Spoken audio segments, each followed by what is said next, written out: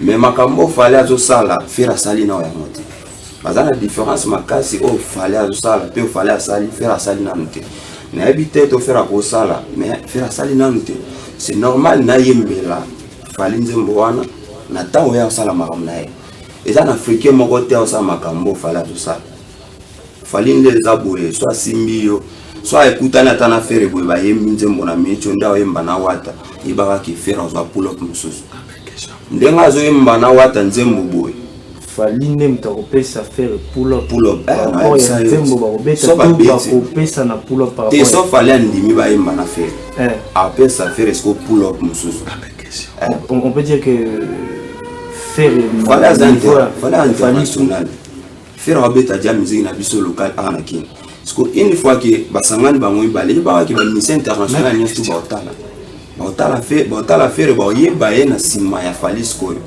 omoni nde fala yembi na bina biso wata nde balaisika photo ya studio yeba ki lekina ba album mususu ya bato na succès lekina ba mission mususu na micho wata nde ndaza boye ba Diamond baotala wata boye ba Ricky Ross banan baotala wata na micho parce que akuta na star omoni totala ka mutu te kan ndenge papa mba kufaka na scène kwa kufi après to yolo bake papa mba banda kula tabia waliza kanda ya agression ou civil to za ba fait ka ngate na ba choc wana miso mais ngape na tiki bato na ba choc et donc garçon mais le problème dès que soit sur la musique qui est la musique stable et boy bato na ba parler que niveau fallait azana micho et dans la mission moko te kongolaza fallait dans la micho ya comme le kola na ko ba netini lumière la musique na biso ya Congo on zo selon yo je crois selon ngate selon ba mission nya stupenda na yebite mutolo ba papa wa zela amidol na bon c'est là musicien Baza tout qui avant l'ancienne génération Baza obligé ya ko rivaliser na la nouvelle génération to bango isengeli kaka batikala na statut na bango ya ba grand batikala na statut na bango to la casquette na bango ya ba légende pour que ba faire émerger ba ko batikala comme ba exemple en fait pour la nouvelle génération au Bazali Komata. Sur ces plateaux, je suis pas seul, je suis accompagné de mes invités qui sont là ensemble avec qui on va partager les cocktails, on va partager notre cocktail du jour, la thématique. On a souvent cocktail, invité Nabiso Bazala, on va le partager ensemble. Permettez-moi de saluer, lui c'est un artiste musicien, il a une chanson Oyo Ezali, en pleine ascension, une chanson qu'il est en train de vendre, il est en train de vendre sa musique, il fait partie de ces artistes là où il y a une nouvelle génération au Bazali kozwa pe bakolo wana to bakolo to wana lokola ba exemple na kopesa mbote na ndeko l'artiste Amidol. Ouais, bonjour mon grand, bonjour grand journaliste quoi. Ouais, ça nous a bien, Maramoto a bien par l'amour du Père, le Créateur. Donc, parce que tout ça qui est invité, et puis il fallait que tout se manifester pour nous répondre à la question où est allé ma musique parce que nous avons faire partir là, musicien congolais, et puis il fallait nous répondre. Voilà, moi j'aime bien quand on vous batoyer parce qu'on sait tous que derrière chaque artiste il y a une grande équipe, manager, c'est tout ce qui va avec. Donc je préfère le plus toyer pour que bureau peut sentir que non, ok, là vous avez très raison. Donc voilà, nous serons ici avec l'artiste Amidol, on va exploiter notre cocktail du jour ensemble avec lui. Je prends aussi l'artiste qui est à ma gauche, lui c'est Stock, l'artiste Stock Musique, il est à Nanabiso Awa, sur ces plateaux, n'a pas si peu beauté artiste. Bonjour papa, et puis bonjour, Nabanaki Nyonsto, j'espère que Kukutana Boeza, Bonimwanzambe quoi.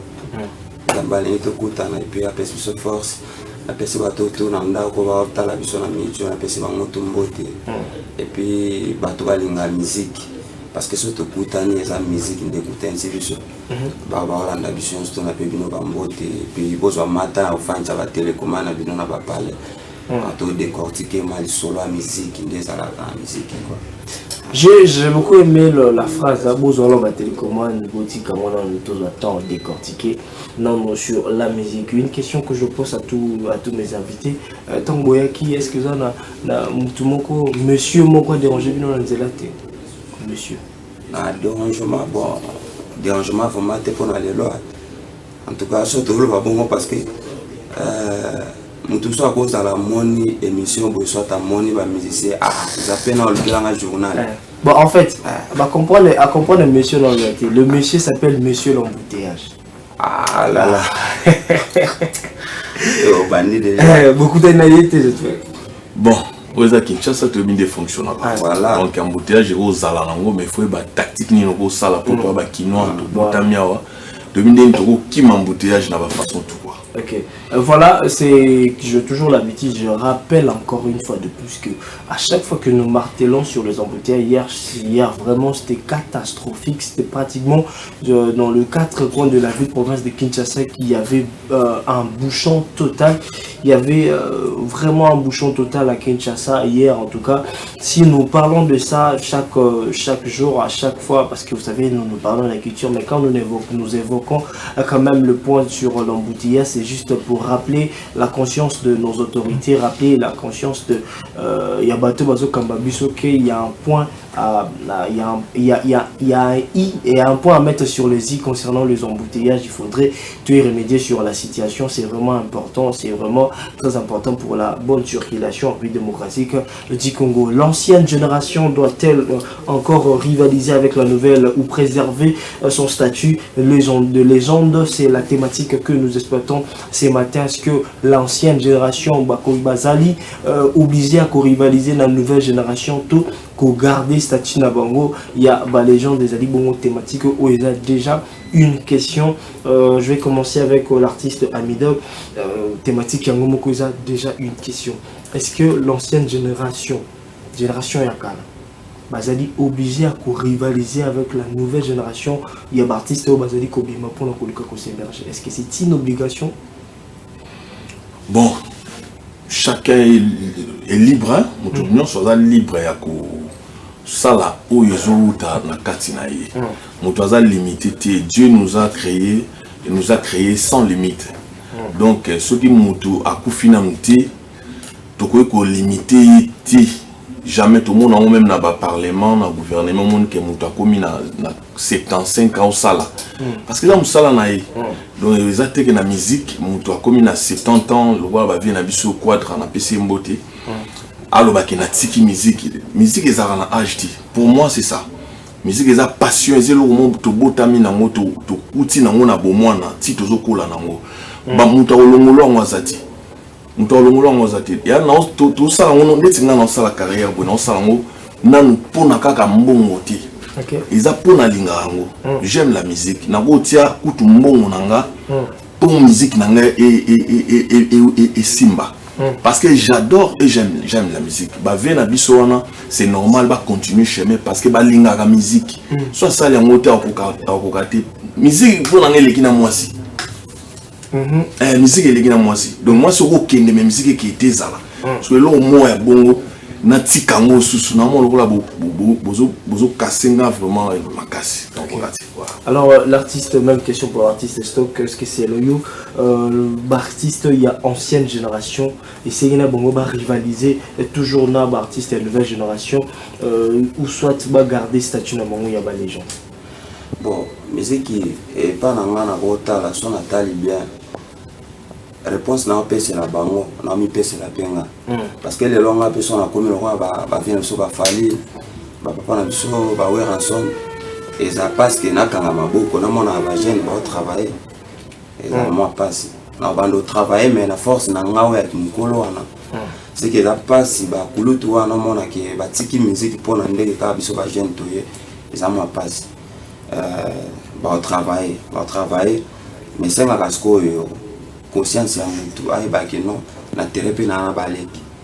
Respect les qui a opé sanga il faut penga luka mana devoir yi ba biloko wana soki to memi en mouvement na nenga bien et que bien mais ça obligé va travailler parce que métier ouais a poni na vie na e bureau na mobimba moi les musique désolé ça moi sina ba les musique c'est qu'à côté quand on va ndenge papa ou baza invité ndenge papa na biso kin keste baza invité ndé togobo sana mais na temps baza envie baza obligé de travailler peut c'est pas dire que tous en va rivalité mon robot net ya ba guerre net ya non okay. Faut travailler dans la famille qui va mona que non ba kulutu baza ba l'équipe baza production c'est nga qui baza la ba côté pe ba l'équipe opération nga ba mikolo pe ba travailler ba c'est que c'est ça pour nous on va travailler mais tout ça l'année bon mon côté ça la unique.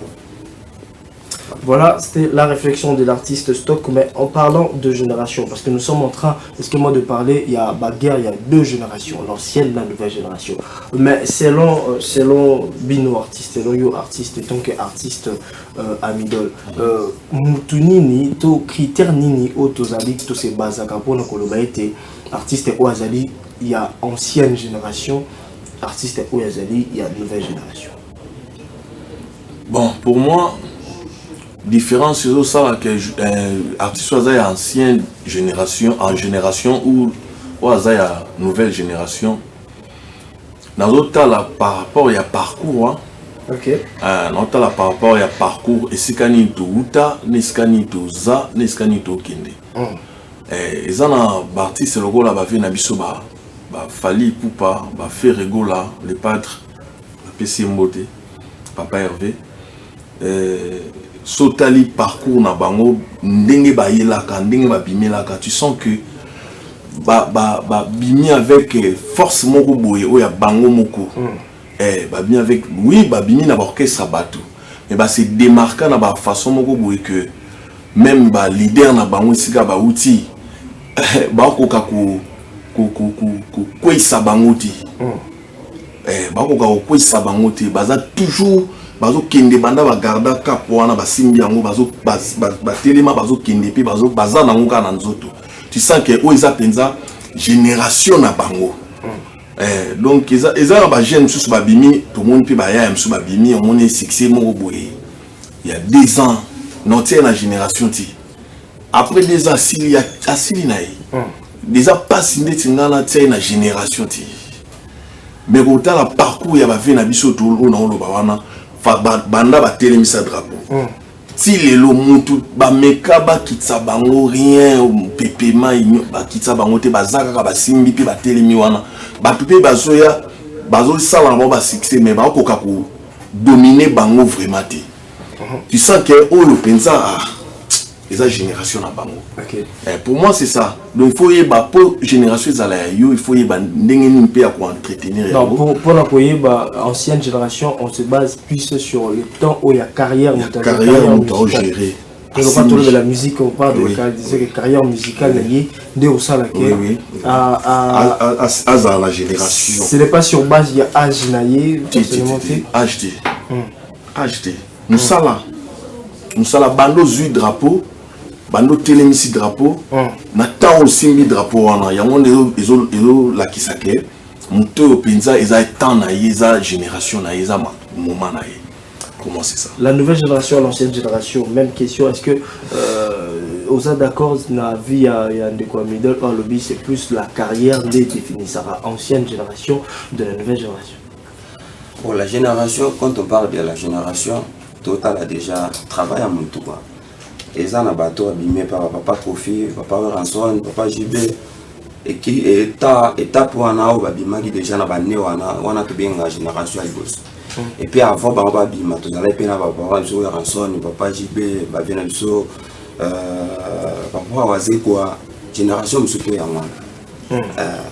et puis, seul toute cette génération là, tu vois, la génération, il y a bien souffert, il y a fallu bangonia surtout bavé Gibson bavé JDT génération na Fabregas génération na bangote na ba ferité Fabregas génération il y a fallu na ferité Fabregas a yemba na ferité et puis a yemba na falité si je me souviens bien na histoire na bango que Fabregas azalait pour une musicien chez Fali je vais me souvenir son attali bien c'est que Fabregas génération les a déjà envoyé génération na yo banda déjà ba miel de son ba déplique pomba et puis ba tade ces générations là bas et après ba fabricage nde to ko génération ya autre comme lelo ba Patrick Beckham ba ndikona ngai autre fainaye ba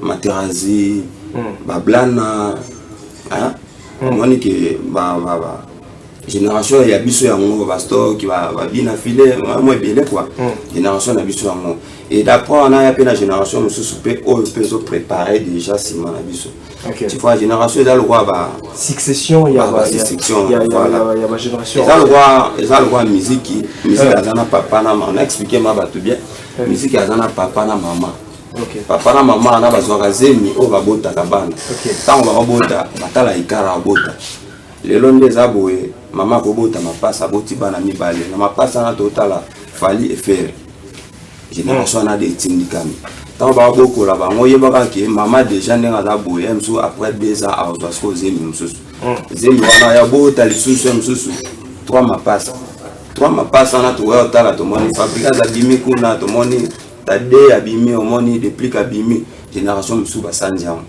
C'est ça génération à la carte. Et bon plus avec travail na yo na quoi na malobani ko na manda lobaki avec travail na yo aussi ma drapeau ya mboka nde yango et prouver que non il peut défendre la génération na ba mais génération vraiment il y a moi na ba étape ya ba génération toute la génération. Et en parlant, il y a ancienne génération.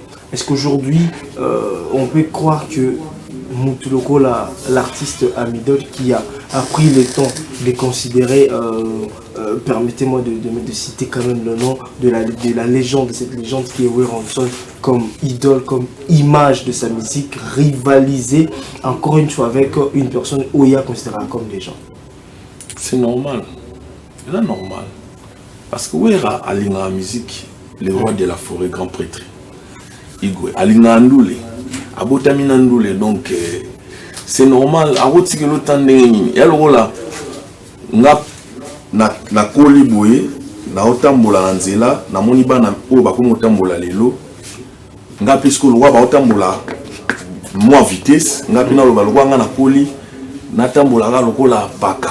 Te, il faut na tambola. Si ça s'agit de l'écaille, na l'écaille. Ça dépend de na courage, na force à moto. Comment na mutu sous azana jeune, mais azana capacité ya kusala makambo na ndenge singilité. Mais mutu sous azana mukolo azana maeli belé pour les jeune wana. Oui, tant on peut koli, il faut y basiko kusala ni.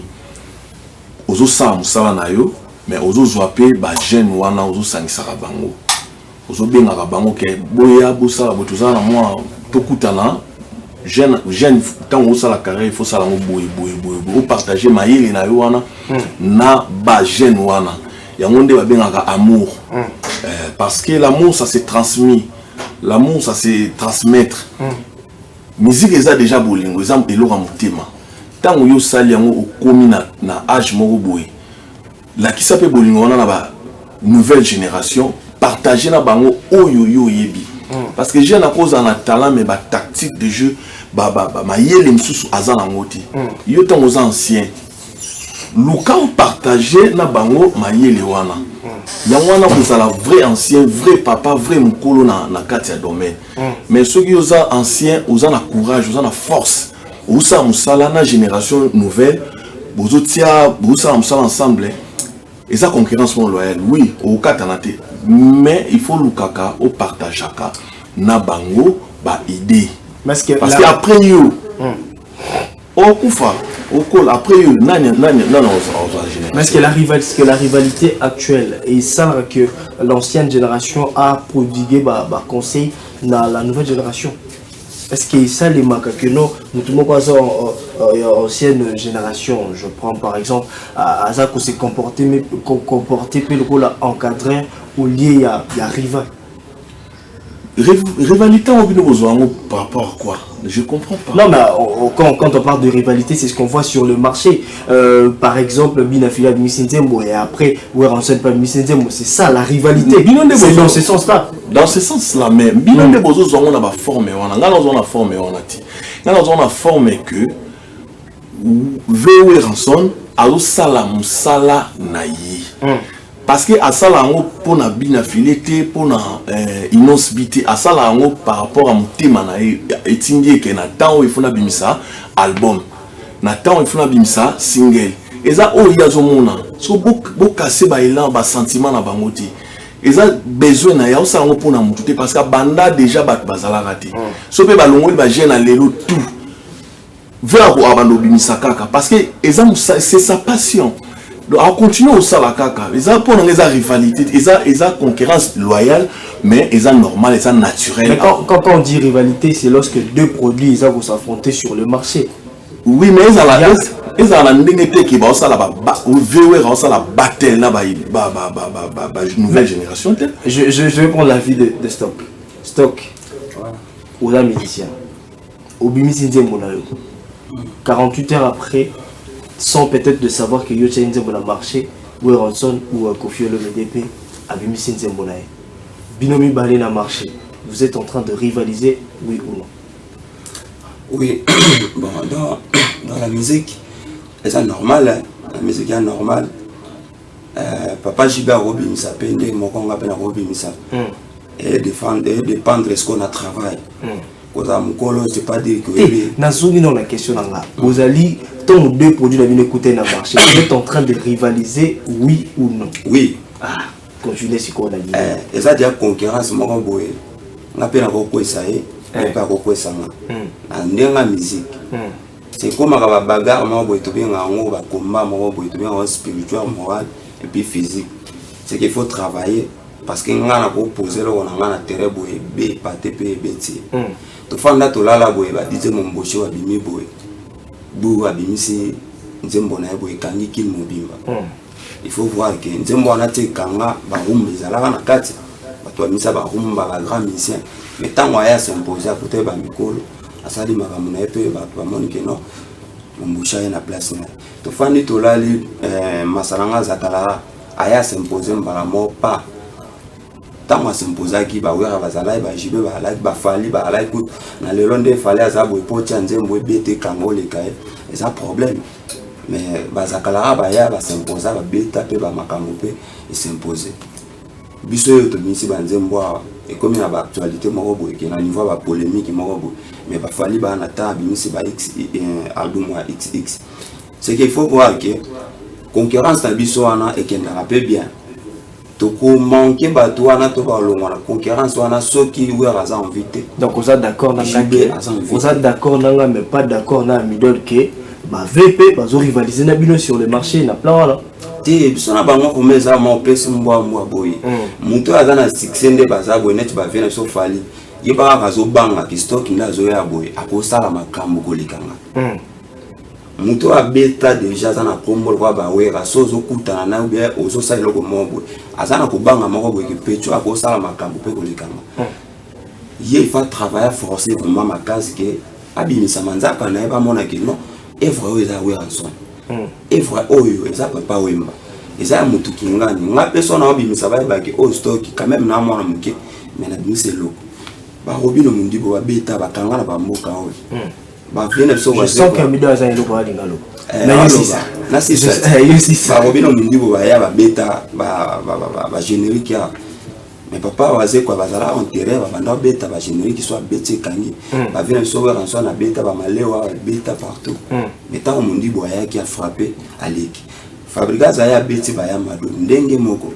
C'est je pas dire que bango bakanga maboko pona biso to biso to kanga maboko pona bango le contraire kutu bango bana ko banga ke génération ezo ya sima na biso dans un problème to za jana problème c'est ça moi guerre wana ezalaka bien na olu bana ko mana suka na ba peut-être ba ko comprendre yango ke guerre wana kendaka bien ce koyo mais soki yokocha ona ndenge ya ki bomoto na ndenge ya ki bonzoto ekoma kasko mabe ekoma moi ba eni moko boye pecho abiminde ni fuko finae comme ça moi bimi to ya publicité logo boy to ya nzembo mboka amona ba fini pecho boy na sens wana mais soki ba kulutu na biso bana mitema vraiment ya keno to sala art ya mboka to tindika drapeau mboka ke ba fongola mitema et ça la bien biso to yebi ke ba ya baza ba papa baza ba on peut yebi ke bana na biso baza ba l'équipe baza bazo ya na métier.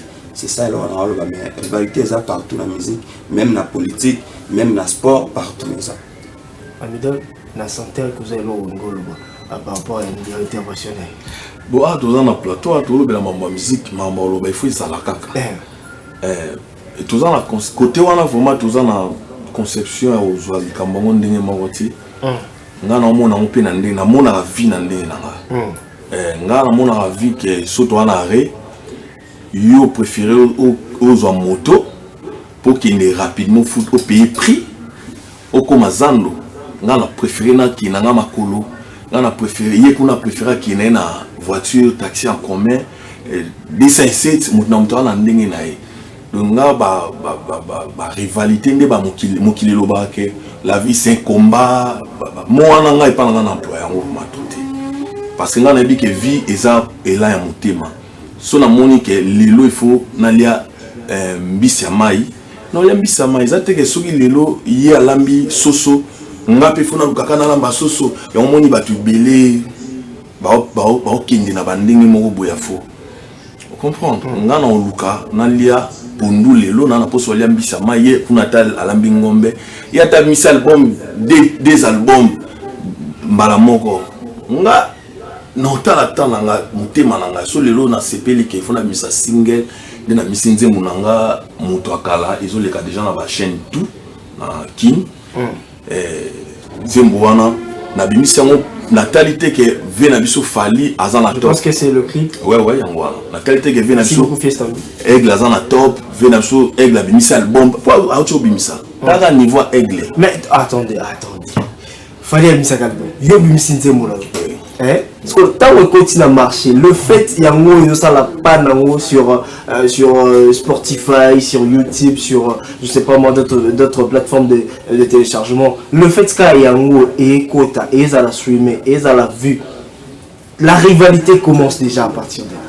Voilà, c'est par rapport à vous hein, non mais par rapport à la musique rivalité ils déjà voilà. Pas par rapport à l'artiste. Moi je fais mon travail na salle au monter manange senga na sala na moment oyo et si c'est bon natalité que muto abimisi est tel fallait pour pas veut faire égol abimisi non mais est-ce que tant ou sa conception c'est bon yo moko bakino la conception nanga na nzembo oyo nous sommes au début du mois d'août dans le nzembo oyo le 15 par exemple le 15 août mais on sait là que le 10 août fallait pour Missy Nzem. Zélaté, fallait pour Missy 100.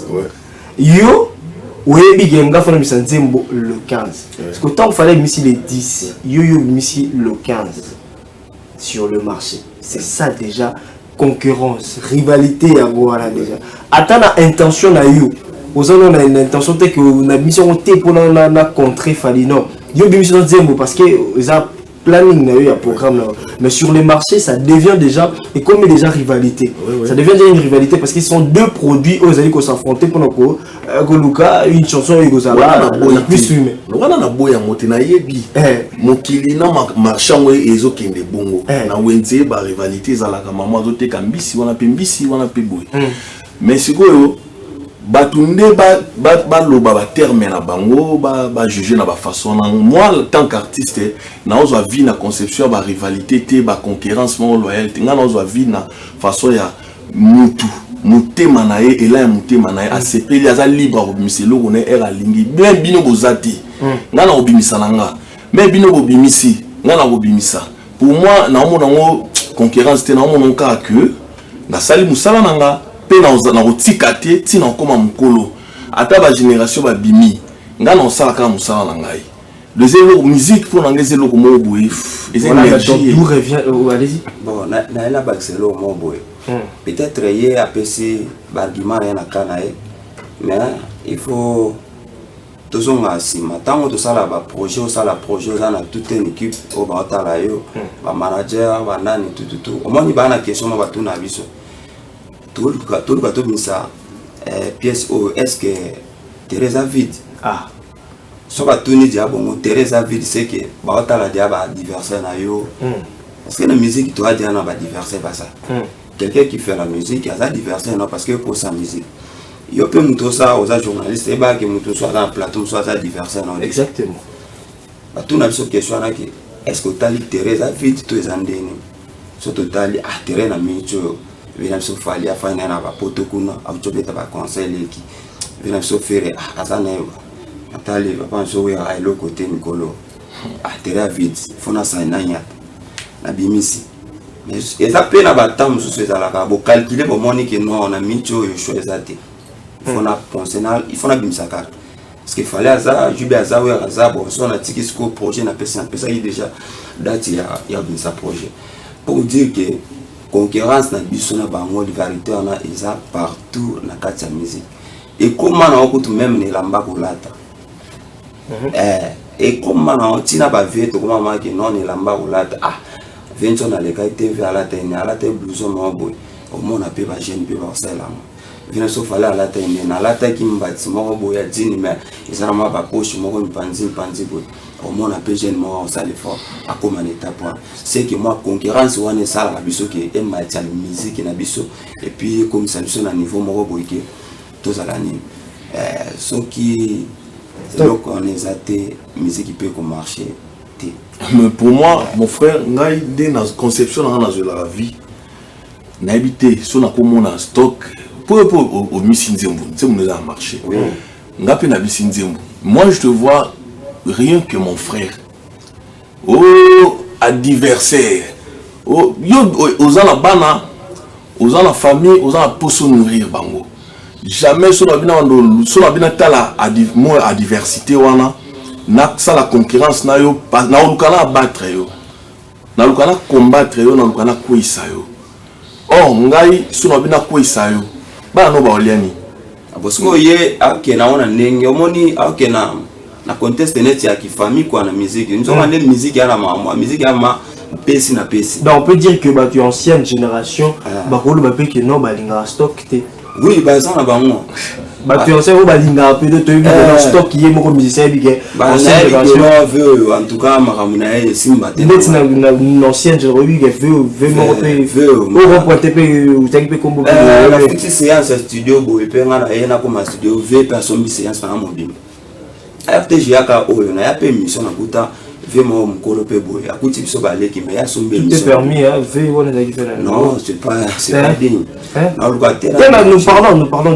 parlons des anciennes générations, de la nouvelle génération. On met des noms quand il faut parler de Wera, on parle de Wera. Quand il faut parler de Kofi, on parle de Kofi. On a comme à la place, il y a ça. On comprend que la musique exprime ce soir. Yo, bon, finga, on a pour ça, les mots qu'on peut là. On peut faire un témoignage. Parce que pour ils ont encore comme ça, ce peut balinga stock. Bon. Mutako lingangai na mutema na nenga normal mais la musique so tokutani tokoma ja ba diverser ma ozala rate une fois RTG sala na vie na kutana na président Mundibu na pesi mbo Robin akuta biso matozana émission boy mais ayepe asombe émission mbimba pe kaka fiesta o ya biso pe image a epsinga ke star en tout cas président Robin asombe émission moyen bolekati. Donc à privé bino passation ma biso pe il a joué émission mobimba zo moi tali ko tout ba transport na ba énergie to sali parce que songa na ozonga palais wa tiki na hotel lo na lo bani veo va betinga ku ya mkolo songa na jouer esco na sani na zongisa entre autres ba Robino ba bina filé ba Fergola ba bina filé ba mususu ande moyen atanga ba komona ba ngala tangeliyo tangelo lobi entre autres tabsu ba bina filé ba zapi ba tout reconquérir ba conquérir ba zapi adversaire non un peu bouton peut finir là parce que ba ça ancienne génération ba zapi ba ancienne génération basa ba génération neti ba tumsusu ba génération mona ke yo so boa comme vie morobo mais ya obete la gana lisolo ki pichwana vraiment pichwana ozomona na mona vie so ben le gabonais na pesi mbote la puissance mondiale a un appel vidéo azana wata na bonga ai présenter il soit avec héritier c'est OK wata zu téléphone to soli na téléphone avec so ben wata conseiller na téléphone wana c'est ça qui me colle là qui me tema mais ça va venir mususu ndeti place anyata ka likolo na ye soki oye ça dia problème beaucoup kotana ndeni il est déjà fini déjà kuna auto sola na vena biso emeteza na PC mbote jeune millionnaire et meteza na est makambo ya bisinga pona bina file ka nga sona lobina beta masasi sona bina loba clair na lobaka makambo ya bisinga pona ye eza musique te na omona dia ke ekoma dia ba komba misusu ya mutu awala talwa pona nga la guerre est venue na longo na musique et comme tina ba vie personnelle parce que ba vie la biso wana bango peut-être ba sali dia moi un pas akutana peut-être la moins chance moko boye fongole l'opportunité biso ba leki tango to ya to diembela ka wana to diembela ka wana tikela leki moi espace tikela leki moi visibilité wana et que ça là nini et que sa carrière na otesima et que longolo ba pété na yote et que botolo ba bosi wana te baza ya ebele na ba koloezi mutu so so benganga kapona ndeni yo yemeli fali nzemu ngana mutu afere na bando sola na lisuste back a bloquer et ça d'abord guerre moko boye na musique qui est total bon to kota na musique obligé faut travailler mais to za na ba problème na bango ya ke oko imaginer te so lali ou la muki bi ke non Dieu merci na la na la muki mais na musique to na ba guerre na ba vie na biso ba kulutu na biso ya ke et si la ka mukolo mutu azalati neti papa we mbanda kufa apema apema vraiment longwa na ba biso ba fait une question ne ba kufa boye ba pema ba longwa mais yeba ke eso yebi ke papa na biso ko felo mi dalo ba na nzembo mo boye ke vieux mo katike la ba petite tante oyebi parola na oyebi nde plaisir so to lui to décortiquer lo kwana et lo banini c'est que ye moya pesa bino ku tate so tsheli baya ta lelo ko fi alwa mukolo to tikala na musique mais ti lelo azoluka kacha ba stade ba sali o ba fali ba beta ti lelo aluka ka so akitine ropo baya ko zo ende bo zo génération ale ba biloko wana biso pe ba lexo total ba vio ba luka ba mata biso ka mutu to ndenge ni biso ba leki pe to na posa ke ba tika mais parce que non biso nde totala ki bango biso nde to mona ki bango si je me souviens bien ba ta moko boye to banda ko victoire to banda ko victoire boye album avait na biso wa son ebimi mais na victoire to amulongo ala kelele to somba CD oui à l'époque fallait bimisa album boye toujours zela na victoire ba libérer ba pona ba teka yango ba CD bima to pesa bango amour mo boye na bolingo mo mutu alongo na époque à CD ayi na époque à réseaux sociaux ayi na époque à YouTube mais il veut toujours continuer azaka ka wana na biso ke biso to pesa vraiment ba énergie comme on a que toujours somba bango mais tant on se biso to yena tana biso qui to travailler bango il faut pas pesa biso est logique non ah petit na en tout cas félicitations courage na boulot ça rien papa na biso waze quoi na studio ya DM record akutanga na futi de séance à studio mais tellement za waze quoi tellement beta déjà za na ba combo aye na ba 16h banile séance na nga ba PC nga tonke leki mwana na respecter na bika non pas de problème merci so na beta on a TV pona ba mona ki tozaka na ba concurrence de travail na bango c'est que so dans l'esprit te okoti la pe musique ba vieux baza boyima na sandi Amidol après ça c'est un témoignage vivant que il y a cette guerre générationnelle la musique et Kendeti à bas niveau moko amo par rapport à ça aussi. Bon, je sens que vous en avez bien là ou l'autre.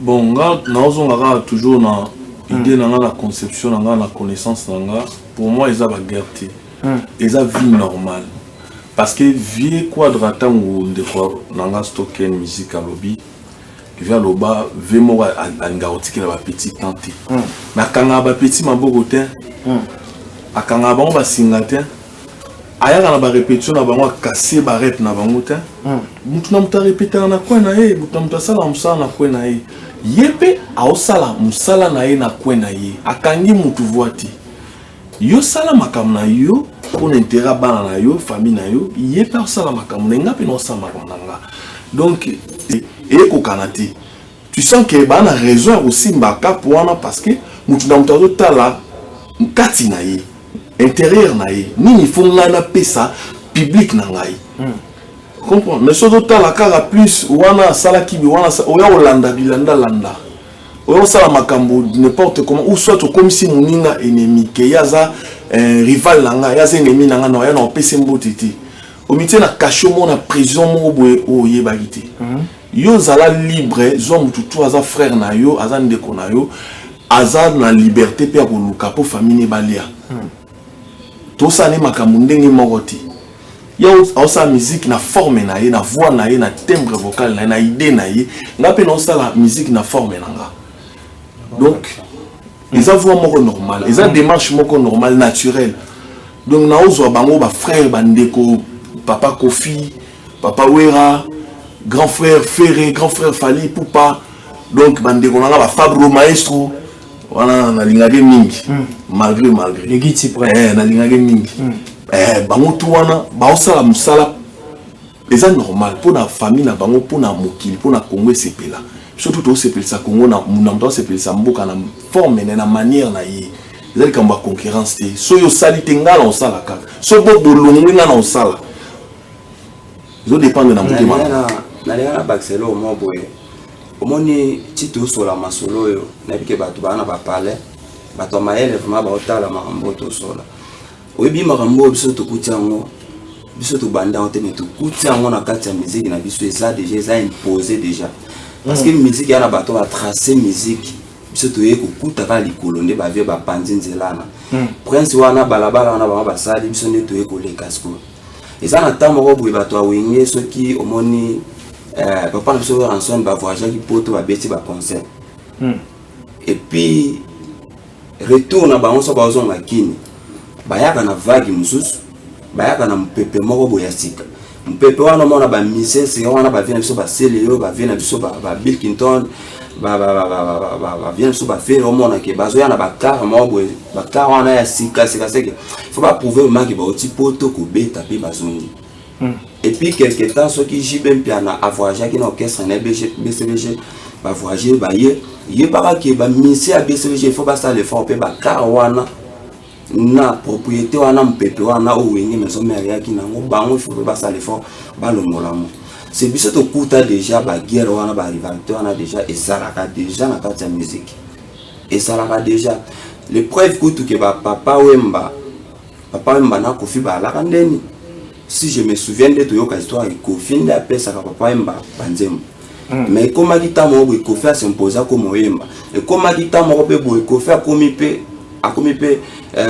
akomi na koloba neti concurrent ya papa wemba na musique c'est que musique na biso eza na église te eza na papa te eza na mama te so kwei banyati donc c'est normal que l'ancienne génération va rivaliser la nouvelle génération. Oui, c'est normal bako sala yango biso beto sala yango na bango c'est que c'est normal parce que ba vewana ko penser même pas que no we ranson nda azabu ya kotika espace moko boy pour na stock ya s'imposer non akotika yango te loba za la mutema malama bona ke petit ngana ye makile betaka na pesa espace to na concert na ngaya ko bet mais pour na pesa espace jamais mais akanga pe mutu espace te na ko pesa exemplement vewa akanga mutu espace exemplement ya suka ce qui natala émission mo bo vena biso shingenge invita papa we ranson na répétition na ye basangana na répétition mais basangani après ko sangana bango balé obelo ko legela ve shingenge tous les danseuses na yo babina kaya bien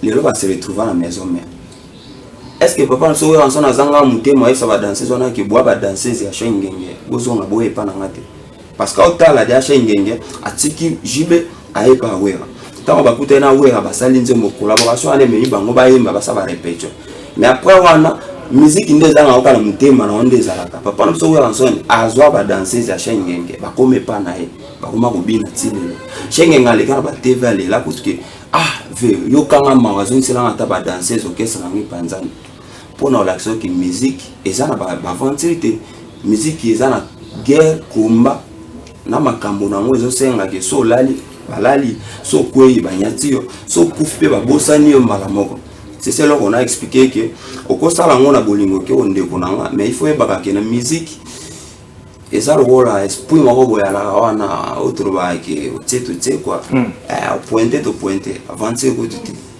c'est ça 12 esprit wenge 12 ya mwana o wenge ba ya ngo 12 fallait ya na kakipa ka kokolo code 16 voilà ba golwa no ba golwa code 16 ya bango sko ya la bande ya ba bêtise trop ya mais si il y a grand poète Fally pour parler kakipa kakokolo na terme lingala na compréhension na soni bolobake na kokipe mutu te. C'est ça la réalité, c'est que moi je vois. Donc dès na yeboye na otala te que na okuta na stock ken musique akoya lati boye non ngana yo zapika kipa que bouton finape te ya eza fini ko finate to ba congolais ba kinois kakipa ka kokolo ça veut dire que na kokipe na ngai te yo sala ya yo ye pas sala ya ye ngape na sala oyo ya ngai na okipe na nga makambo ba tuté ya muté. Je fais ce que moi je sais, je connais faire. Ya mwana nga na olobela eza guerre yo sala yo ngape na sala yanga sunya no sala yanga makambo nga po bana nga balia pona sepelisa komba Congo ba africain pe baba bande nga bana ba mikili non sala ngo pona otala VW TV Fally non sala ngo pona mutema parce que c'est ma passion, je dois le faire. Il faut sala mon amour bonne maison na compétition ti musique eza amour, musique eza bolingo, musique eza logo uta na kati ya muntu ya mutema. Nous sommes sango na compétition au BBC.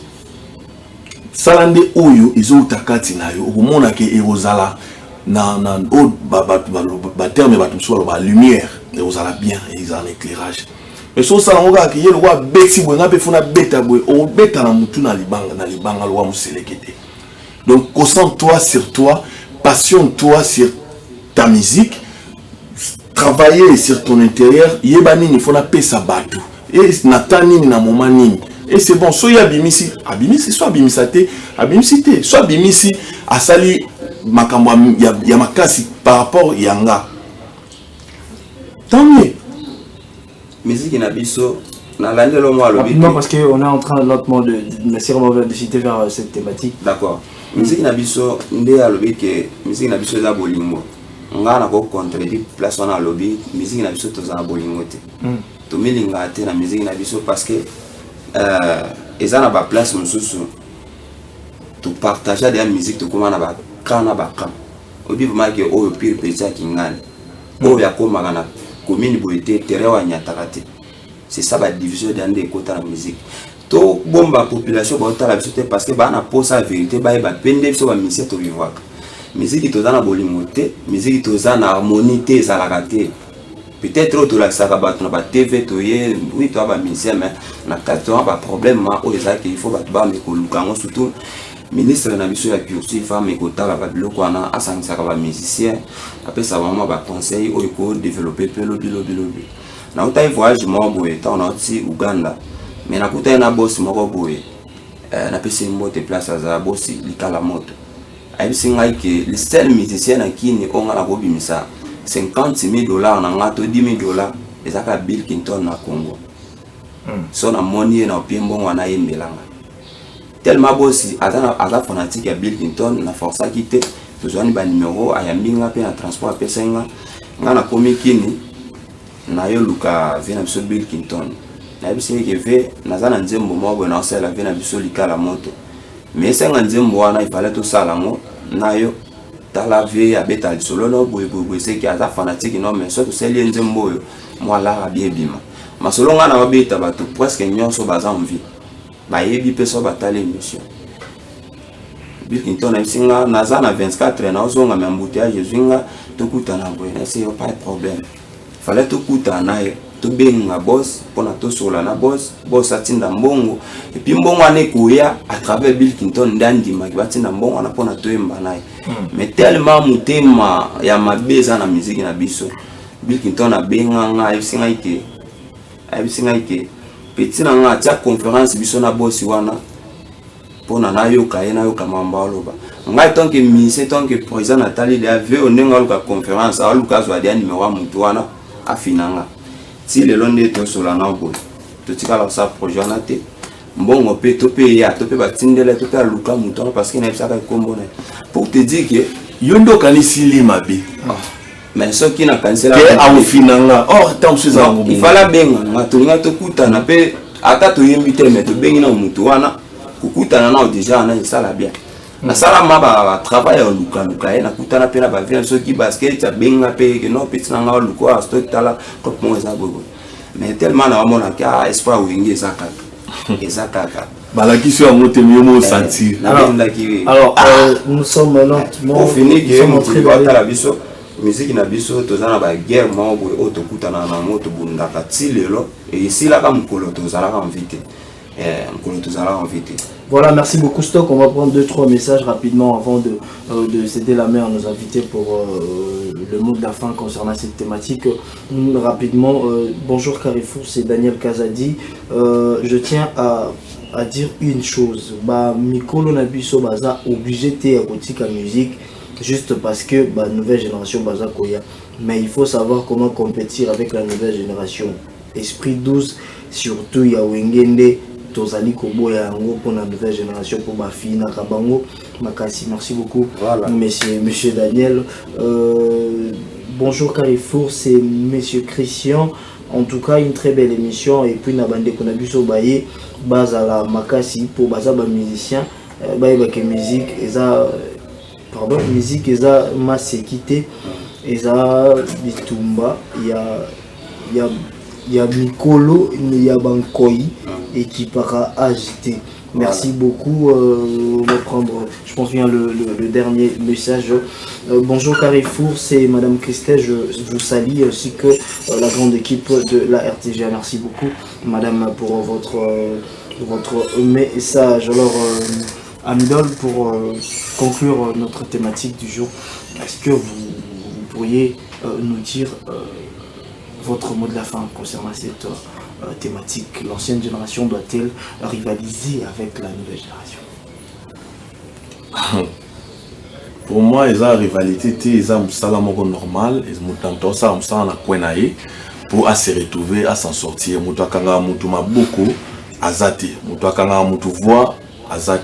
Chacun fait la répétition dans son coin. Donc, Mututu a ébi ou azosala na coin na ye. Ce qui n'a la commis au vent dans mon rivalité, bon, na marché ça normal. Mais on a mis ici pour na Mututu, Nathalie pe Mututu na mis ici pour na Mutema, pour na ngai. Ma conception c'est ça et puis na CP une émission, c'est très belle émission. Merci. Et continue toujours au boyer, na félicité au Mogopé, grand journaliste. Merci. Et ngai sauf que naza artiste chanteur na bimisi nzembu mutu akala ezali déjà na compte YouTube nanga sobeti les désignés cheatés. Les désignés cheatés. Les désignés cheatés. Au moment nanga na obima wana au s'abonner puis au nde basala kaka esalanga bien.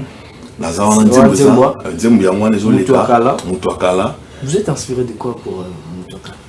Ça parle de quoi la chanson?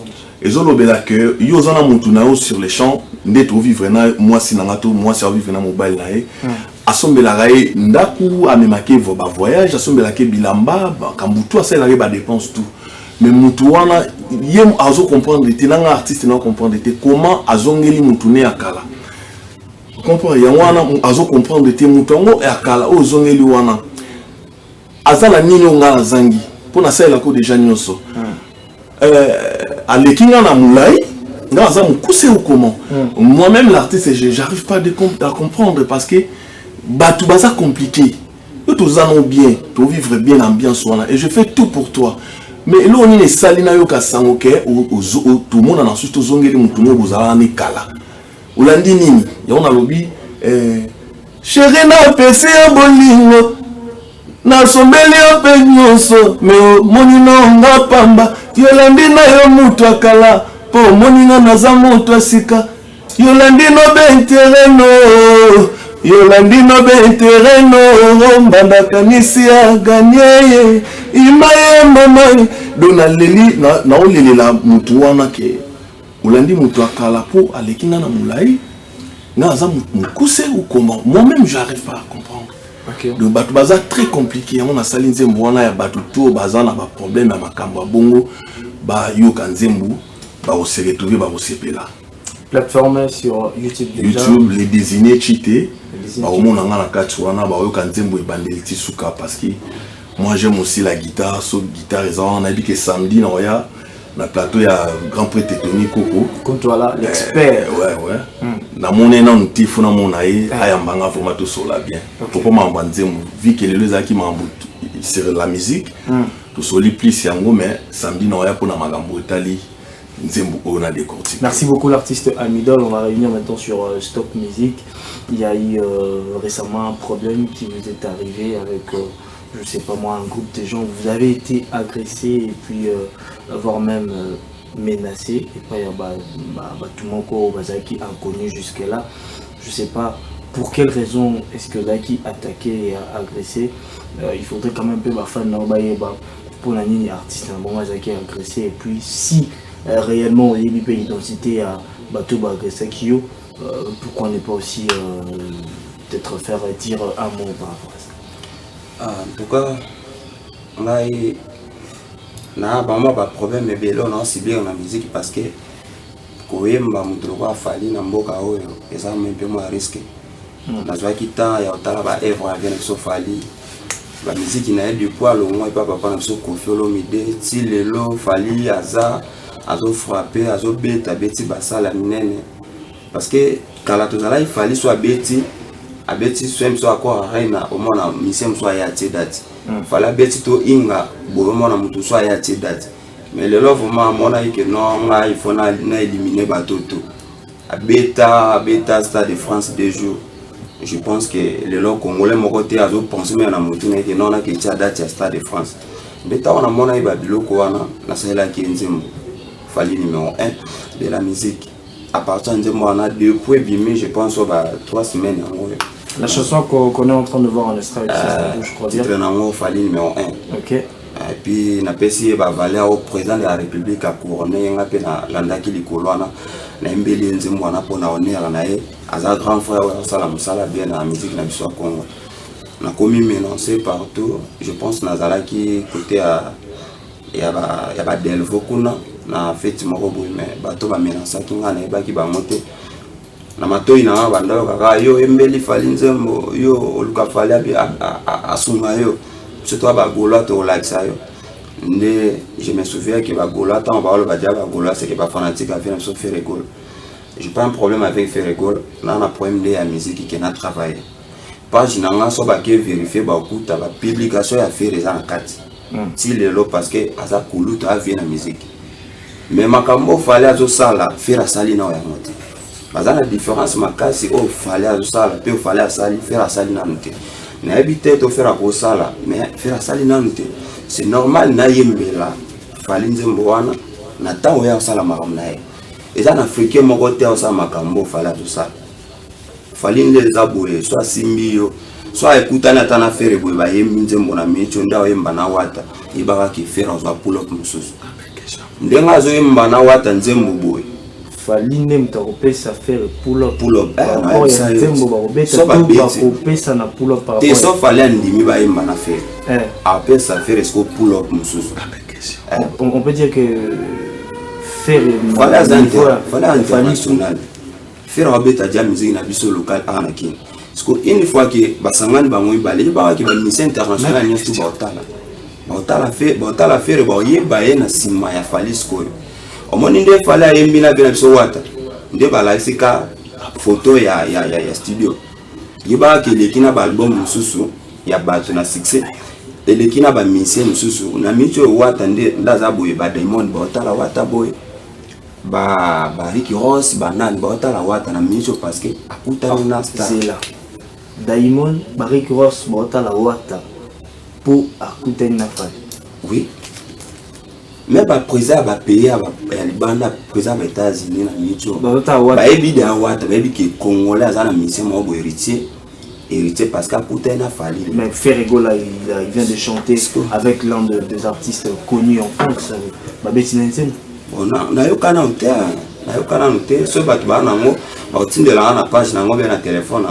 Na otala ngo omoni totala ka mutu te ka ndenge papa wemba kufaka na seni kwa kufi après to yolo ba ke papa wemba bana kulata bien waneza kanda ya agression ou civil to za ba fait ka ngate na ba choc a wana miso mais ngape na tiki ba to ba choc et donc garçon mais le problème de que ça to sur la musique qui est la musique stable boy ba to bien ba parler que niveau fallait azana micho et dans la mission moko te kongolaza fali de na micho yo akomi lokola na kolo baneti ni lumière à musique na biso ya Congo. Selon yo, je crois. Selon moi, selon la musicien stupenda na yebité.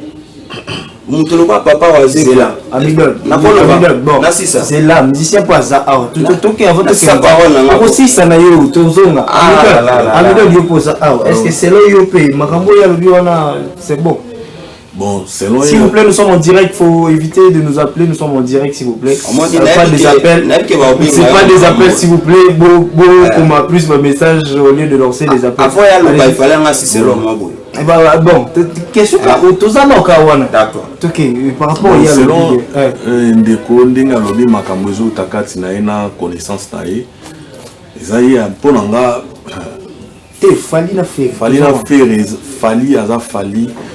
faire à faire mutu na ça na ena manière na ena ndingi na ena kwena ye donc mutu na ezana soki na ba pays ya libanda wana otuni batu nsusu soki ba yebi fali au moins ya ba biso ba yebi fali te mais batu na moi ba yebi pe faire ezana place nsusu otuni batu oyebi faire aloba na yebi faire te mais ba yebi pe fali donc la concurrence wana na omona ngo vraiment parce que chacun a aussi la musala na kwena ye azo misa mutoki na ndenge na zo public na ndenge na manière oya lobi ba mission tout ba yebi ya muto za likolo na entre fali na faire les afali yo lo za musicien ngo pe na tuni yo yebi yango tinga na yebi yango te musique eza na ba forme ebele o le kanga na pembe nga lekio na mwindwa o le kanga na obina nga lekio pe na voix comprendre donc musique eza na forme ebele na ba variation ndenge ebele ba ke yo leki na nini c'est ça les problèmes na zone siko pona aussi ça continuer besoin na ya sunga batu ba tala biso na bi bana Luanda berbi malela dangola ba tala biso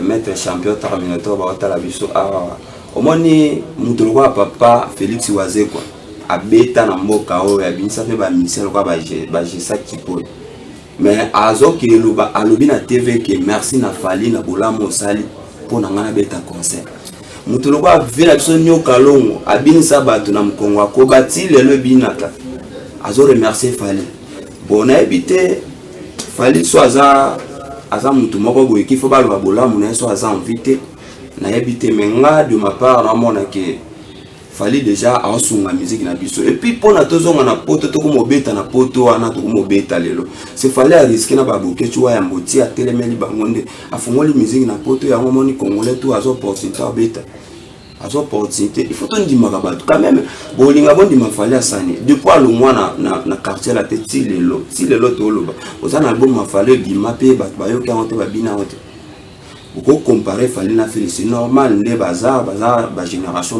mais bazar la kali sous-souté faire comme anniversaire ba jeune au ba bimile lo comme bundana ba wata fallait otaler na musika natala ka batu so ba anniversaire na ba œuvre na bino ba production caché fallait azozo faire ozo moté fallait abeti tous les stades africains ya biso ya Afrique abeti ba stade na ba te ba salle mais ba stade faire abeti ka stade Martyr.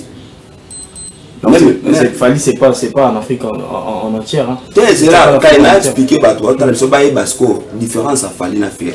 Fali ayo beta francophonie na biso. Place à jouer la mbongo to yebate mais faire à jouer mbongo après une année. Voilà l'information na you. Na expliquer voilà c'est là you. Naza ministère naza na ba vérité nyoso somme ta tembe na décortiquer on a tindeli na téléphone. Non mais oui que moi je peux faire mes investigations na l'information vraie. Tu es libre. Fallait abeti na poto partout à tourner à conclure na des stades de France. Na mito faire abeti sur 3 ou bien 4 salles abeti a comme une difficulté au même stade. Faire un concert na Londres, avec na Londres. Banile yango. Tango banile yango, fallait ate date wana. Tango ate date wana l'accès qui na l'action qui na mukolo na yo abaki si sous deuxième date. Na mito et ça de sold out. Boye so tozobeta lisolo muto abongo nga na emele nzembo na koti studio na lati bilamba na salle clip na biso le nzembo boka na ngabo ba nobeta nga est-ce que moi c'est normal vraiment et en plus ba fan ya faire ba ya ko finga ba na ba commenter au moins ba inciter ba mama na place ba somba kutu ba CD to ba album a faire ba somba ngo ba somba te mais ba inciter nde biso so tali compte ya petit Fali et le qui a faire même ya TikTok même ya YouTube.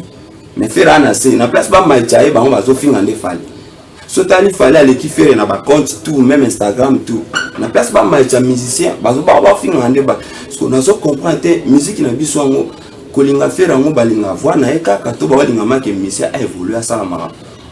C'est ça différence au monde qui fallait aza professionnel na makambo fallait soit tie date le long na mitu a publier date au kotika la mona hote ke balongolia ba reporter ngo sala mate ya na sunga ndeko na ngaki to sa musique mais ayebaka ke to za na lumière moko boy na mboka oyo oza kombo ya fali o même kofelo media zolo bake na za fier ya ozala mwana lokwa fali na musique na biso a Congo mukolo to tika ne za kofi. Pourquoi le président de la République l'anniversaire n'a bien qu'à Fali et Kofi Baemba. Stock na boy ko sunganga to sunganga c'est bon mais les problèmes ezake les problèmes ezake ngana ba vie moti yo sala propagande plus ya vena biso aigle nga za artiste na musicien on comprendre nga na go boy Fali pour partager aigle za na ba pété za messieurs les chevaliers donc na ko to boy ya li padre ti ngala kwena ngandi na ovanda te na bando kusala ba analyse ou soit na bando lobake na TV boui que oyo aleki oyo o aleki ote bango tout ba sala ba carrière baza ba ancien baza ba bosser baza ba grand ba chanteur nga plus na ozala focus na oyo ngai na yo pesa mokili public ba na besoin ba yo ka muto akala nzembo nga na yo eli bango ba s'abonner na les désignés chité mais rien n'empêche que na kumisa Fali na kumisa Ferry na kumisa Vewata na kumisa Batutu na kumisa bango mais ba comparaison wana vraiment moi je suis pas dedans na ye pour na sala émission na lobela mamba musique pe na sala promotion à 2 minutes ya nzembo nanga et puis c'est bon hein? Je m'arrête là oui que son a peine à comparer parce que nazoa qui déjà agressé na bateau ba menacenga na ba otanga kombo faire. Bon, toutefois ils peuvent citer le nom de l'artiste, mais tout en n'est pas Kozala, peut-être proche ou membre de l'artiste, peut-être Yo Kanisa, ils peuvent peut-être citer. On appelle les Naboué, même il y avait un Sofali, nakutana pe na été batwayebi nga baotala nakutana été ndako na pe na ebite mais musique na yende ezo aborder nga ki na copier likolo wana au moins sozaka na deux personnes à orchestre na ba le quoi bato afali ba ki orchestre na avancer parce que nga na orchestre ya na gérer ba jeune nde na gérer ba jeune boye soki na olanda likolo moko boye oyo ko manga lobi au sala maka mo boye za na mona sensité na ko avancer te na besoin que lobi na somba mituka na somba mapangu na tika ba œuvre o ba na biso ba pamba ba tiki na mboka oyo na musique so est-ce que na copier ba conseil à reporter na annulation. Merci beaucoup. Merci beaucoup Stock, merci à Midol. Je pense que nous dans le studio. Ouais. Dans le studio on a travaillé déjà album na. Nzembo bela Faliga. Nzembo ebimaki za nzembo avene so Fali. Mais album nzembo na yo moko. Te wana vomeza bilo na moko c'est que album eza na 15 titres déjà. Auto travail ba vina biso liseke kwata maja na besembo te belé wana bato ma ba soutenir nga ya Dieu merci kungudila ya nzambe ma bobo sala yango nga kande to solaka le jeune millionnaire emeteza kubanga TV nzembo no déjà na bandi déjà makambo ngo ngai na sala ka musique oyo ka ke musique so na zo sola bongo na linga ndete muto amata na mutu okosa ba jeune génération les lots toile sur parce que internet des ans makamboza déjà on a battu découvrir Mamutu. Bon, il y a quand même des messages ici de la part de nos téléspectateurs qui sont en train de me suivre. Bonjour musicien Oyo Atelisa Suki Abongama Lokola Azoboya papa Hervé. Bonjour papa, s'il vous plaît Yebisa Mutu ya Batentio wana na tieke na ye Fali ndenge aza tieke atika bilobela. Voilà, je pense que le message c'était pour Stock. Donc je pense bien que vous avez reçu le message. Alors je pense bien que le programme de l'artiste Stock a été déjà donné. On va prendre ici le programme de l'artiste Amidol.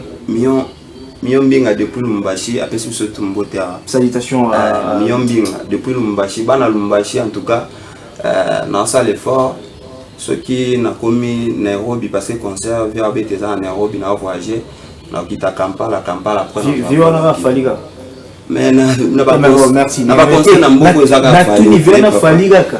Oui, il fallait, hein. Merci. Na leka ki na Vewana fali te. na leka na parler du people na kwa matanga me bato ba kwa concert. Stock comme ça stock. Parce que na niveau affaire ba ko bete na concert na parler du people kwa matanga. Vinga la tunda question moko Vewana fali. Fali ka merci. Programme et puis des trois salutations rapidement. Ouais, programme ezaka que plus énergie za focus na nzembo eza na internet ils ont les capé déjà dans la chaîne Mutwakala babeta les désigner chité na YouTube ba komona nga ba s'abonner et au sala bien nazo répéter bing na coulisse chenga na palais na résidence et puis ba programme ezali que naza na studio na bakisa nzembo mususu o nazo sala déjà parce que ngamo na okoma ba nzembo nanga ndeti o ngamo peka na komi yango donc naza na studio na osala nzembo mususu nzembo wana eza susu kafu eza ba nzela ba moto ache ozala bien na pesi mbote na ve na ngai Dino Igor One Cri les big maestro de Lyon na Paris na pesi mbote na pesi ana veta Air France Vitamine donc na pesi mbote muntu nanga na pesi mbote na vient nga champion Kaluji na Oshwe groupe électrogène na pesi banzele tout ba chéri tout ya bien ya kitoko ba sokolaka 4 fois par jour ba loba malembe ba loba mbango tili ba loba malembe na pesi bango mbote banzele ba tonto bien na sepeli na bino trop donc merci boyambinga na sepeli merci beaucoup stock ba salutation partout. nga na lobelo oli souhaiter na pesa mbote na junior na Bruxelles wana ba page moi etonda pesa makambo ebele junior na Bruxelles na pesa mbote ebele et puis na pesa mbote na shop rationnel na Kisangani wana na pesa mbote ebele Nathalie Massananga le capitaine de tous les capitaines ya ba Warriors tout na Lumbashi na pesa mbote na pesa mbote na Soule Kauka na Brazzaville Soule Kauka na pesa mbote belé na pesa mbote na Coco Corinne bana Brazzaville le 14 na okita Brazza wana événement vient so roga eza wana naza parmi ba invités bengisi na zoya wana Coco Corinne bozala bien bino tout vient so roga bana Brazza na zoya to sala makambo bien et puis nazo voyager Uganda je pense le 25 na ozana Uganda bato tout balinga stock tozongeli la ba répétition na biso zongi